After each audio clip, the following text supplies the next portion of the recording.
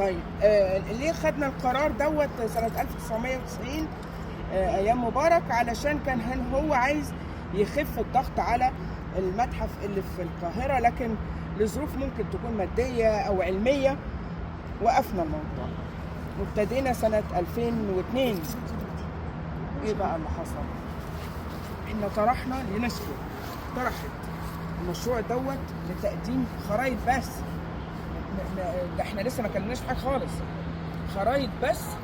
1500 بني ادم اتقدموا بخرايط بس للمتحف، 1500.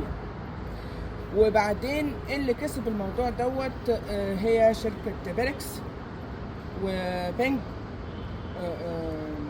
من ايرلندا.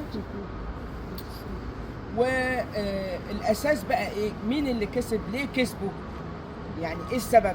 بدأ من 1500، لان هم اعادوا طرح فكره سيربنسكي. سيربنسكي ده هولندي. سيربنسكي ده اتولد سنه 1882 ومات سنه 1969، وحصل على رساله الدكتوراه وهو عنده 26 سنه، وحصل على ميداليه ذهبيه.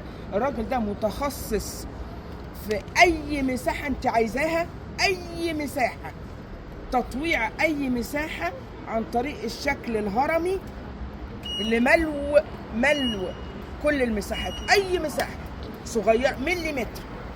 فعشان كده هو خد الدكتوراه وعمل 700 مقال و50 كتاب. الموضوع ضخم، وعشان ينفذوا نظريه سيربنسكي هنا، هي دي بقى اللي كانت مشكله، واستعنا بيها من بلجيكا واوراسكوم وبولندا وايرلندا واليابان. اشتغل 5000 واحد في المتحف.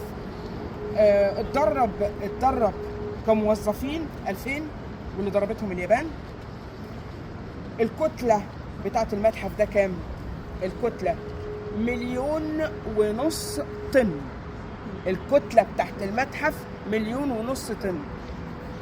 الواجهه طول 500 متر، ارتفاع 40 متر، اساسات تحت الارض 50 متر.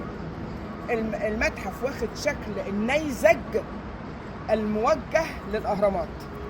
الشكل الخارجي للمتحف نيزك متوجه للاهرامات، فهماني؟ ما بينه وما بين الاهرامات 2 كيلو. تمام؟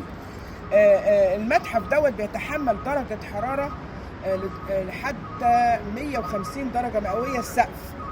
السقف من جوه بيتحمل لحد 70 درجه مئويه، يعني هو ضد الانصهار. بيقال ان هو دوت امن مكان موجود في مصر لحد دلوقتي، لان هو ضد التفجيرات وضد معمول بطريقه قويه جدا. السقف مثلا استخدمنا فيه 29 مليون طن اسمنت مسلح. 29 مليون طن اسمنت سقف بس. تمام؟ المتحف معروض فيه حاليا 94,000 تقريبا وحاجه قطعه اثريه. التخطيط دوت تخطيط بلجيكي اوراسكوم، والياباني السقف. الياباني السقف اللي فوق. تمام؟ احنا لما نيجي نزور المتحف بقى بنتكلم عن الحاجات المهمه اللي هي بناء المتحف. انت لما بتتكلمي عن المتحف، المشروع عملاق، وده اللي بياخد نظر الزبون، ده اللي بيلفت نظر الزبون. اول ما بيخش جوه هو ما بيبصش على التماثيل، هو بيبص على السقف وعلى طريقه البناء. عشان كده من بره نستخدم لك المثلثات، ومن جوه مثلثات. كل المبنى مثلثات. دي نظريه سيربنسكي. اي اسئله من فضلكم؟